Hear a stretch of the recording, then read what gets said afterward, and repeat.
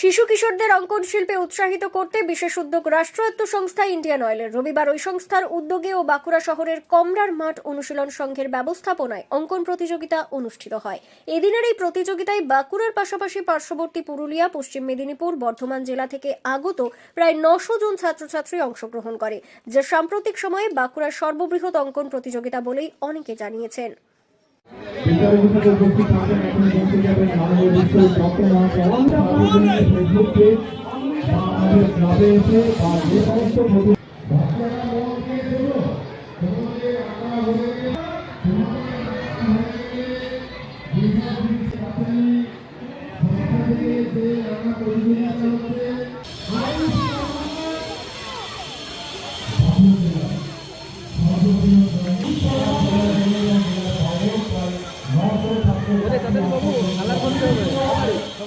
প্রতিযোগিতায় অংশ নিতে পেরে বেজায় খুশি সংশ্লিষ্ট প্রতিযোগীরাও।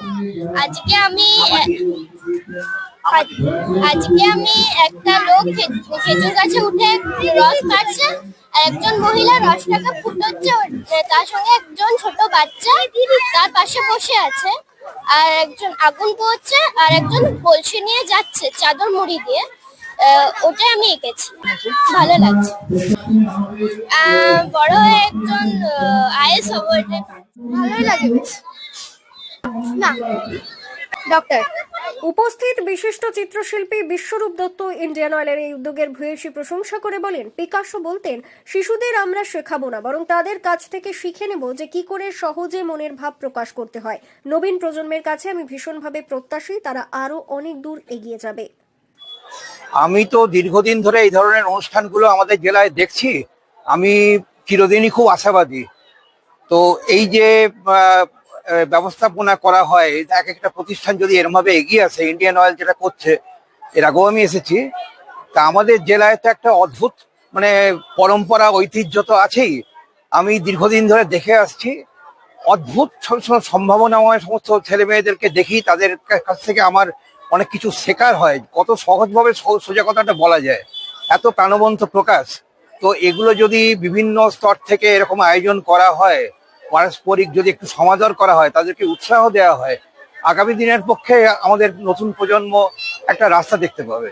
তা আমার চিরদিনই এইগুলো আসতে খুব ভালো লাগে। আমার অনেক কিছু দেখা হয়, অনেক কিছু ভালো লাগার একটা জায়গা তৈরি হয়। তো সেই জন্য আমি খুব আনন্দিত এখানে এসে এই সুযোগটা পেয়ে। আমি বলবো, দেখো, পিকাসো বলতেন যে বাচ্চাদের আমরা শেখাবো না, বরং শিখে নেবো কি করে সহজভাবে মনের ভাব প্রকাশ করতে হয়। তা আমি তাদের যে সিম্পলিসিটিটা, সেটা তাদের চোখ দিয়ে দেখার চেষ্টা করি, মানে পরিবেশ পারিপার্শ্বিককে আমাদের মতো করে নয়, ঠিক আছে। আর এটা কি বলবো, যে এটা আগামী দিনের আমার তো খুবই আনন্দের ব্যাপার। এই ধরনের আরো হোক। আমাদের জেলার একটা আগামী নতুন নবীন প্রজন্মের কাছে আমার অনেক প্রত্যাশা, এবং আমি খুব আত্মবিশ্বাসী যে আমাদের জেলার একটা পরম্পরা বজায় থাকবে, ভালো হবে আর কি।